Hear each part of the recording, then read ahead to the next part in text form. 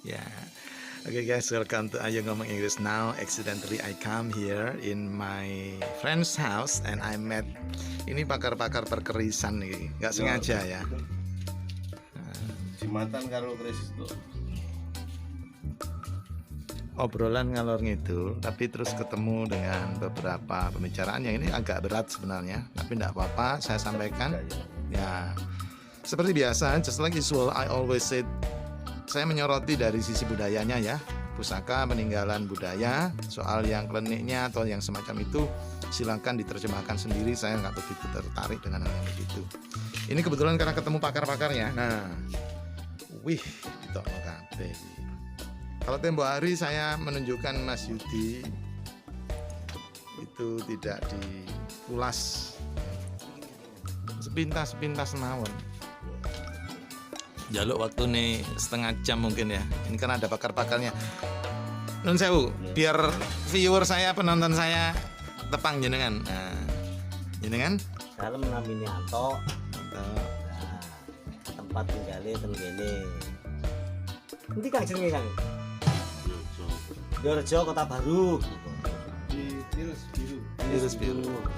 Konteks tentang perkerisan ini berarti sudah berapa lama jenengan Mbah Anto? Saya masih belajar sama Mbak Eko. Belajarnya kayak ngene. Mbak Eko. Aku tersisa apa nang ngene iki. Langsung lanjut, ini kebetulan bawa ini Mas Yudi ya. Teman-teman sudah tahu, sudah pernah saya ajak ngobrol. Terus satu lagi ini jenengan boleh tahu? Nggih. Pak D, Mbah, napa Om Eko, Terserah jenengan. Pak Klebun nih kan. Tak tersopon. Satu lagi Mas Nurul.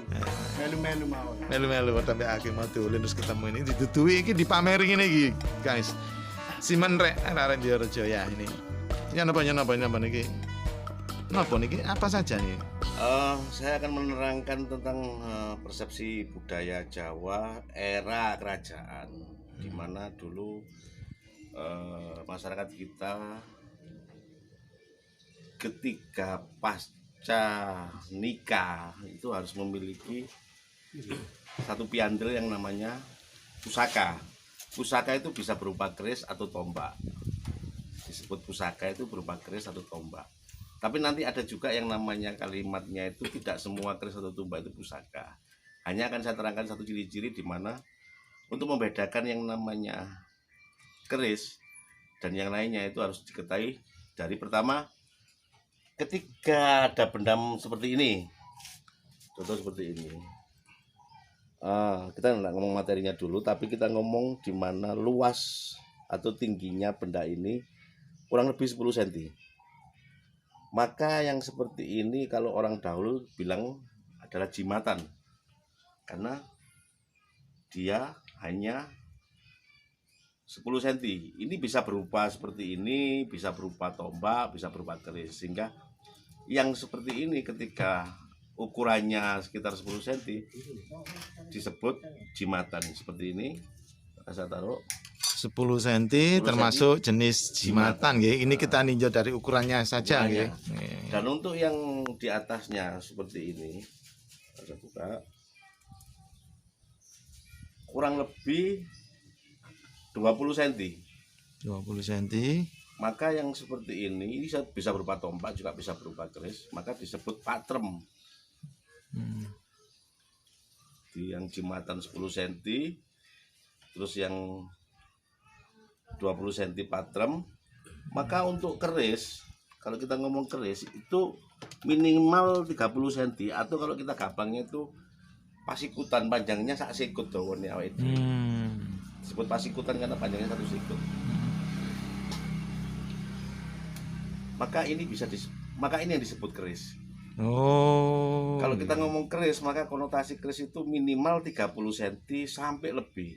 Nanti tergantung eranya mulai dari era kerajaan mulai Singosari, Mojopahit, Demak, Pajang sampai Mataram akan punya perbedaan, punya ciri khas yang berbeda. Nanti Bali pun memiliki ciri khas yang berbeda. Bali sampai bisa 40 cm.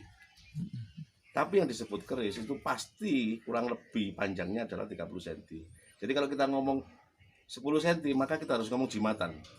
Kalau kita ngomong 20 cm kita harus ngomong patrem. Tapi harus udah ngomong keris maka 30 minimal cm. 30 cm sampai ke atas.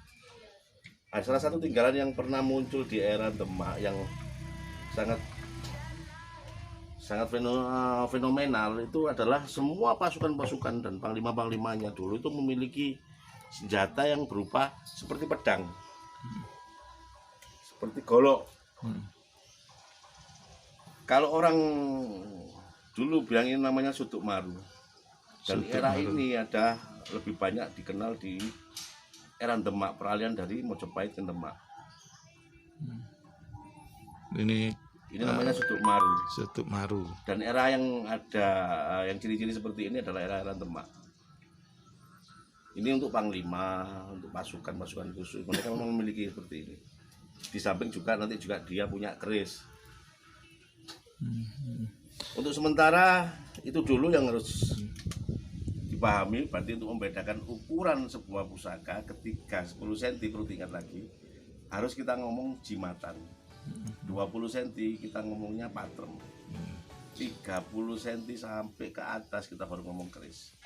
Dan nanti ada materi di mana yang namanya pusaka itu bisa berupa keris atau tombak atau juga pedang seperti ini. Tapi juga ada tumbak atau keris yang tidak grade-nya pusaka. Nanti kapan kita bahas masalah itu. Karena waktunya terbatas dan nanti banyak yang harus diketahui selain mempelajari tentang budaya peninggalan Nusantara ya, Jawa ya. Ini teman-teman dulur-dulur Diorjo, nek ada pertanyaan atau tertarik dengan dunia perkerisan, mungkin bisa datang sekali-sekali ke warung Wedange Rojo ya. Ini ownernya. Dan ini bosku namanya warung ini ya, Mas Yudi ini seniman reggae, musisi yang pernah lihat video saya tahu lah ini ya. Ini juga pemerhati seni budaya, terutama peninggalan budaya Jawa gini ya. Silakan datang kemari, kita ngobrol-ngobrol kayak begini. Ini hari saya dapat pelajaran tentang perkerisan tadi dari sudut ukuran dulu ya. Kalau tidak salah tadi yang 10 cm ke bawah itu tadi dikategorikan sebagai jimatan. Nah yang 20 ke bawah patrem, kok jadi patrem, pengaruh bahasa Inggris patrem ya, PATREM, patrem. Nah kalau yang senjata itu atau kerisnya itu sendiri itu yang 30 cm ke atas. Ngoten nggih Mbak Eko nggih. Nah, nanti lanjutannya jangan lupa saksikan video-video selanjutnya. Nanti mungkin akan saya bikinkan channel YouTube khusus untuk yang nguri-nguri budaya, termasuk untuk memperkenalkan daerah Diorjo, siapa pendahulunya kayak begitu-begitu ya. Ini rencana yang lama tapi belum pernah saya realisasikan sama Mas Yudi. Ya, karena beberapa kondisi. Terima kasih banyak, thank you very much. Have a nice day. Semoga tetap lestari budaya Jawa. Assalamualaikum warahmatullahi wabarakatuh.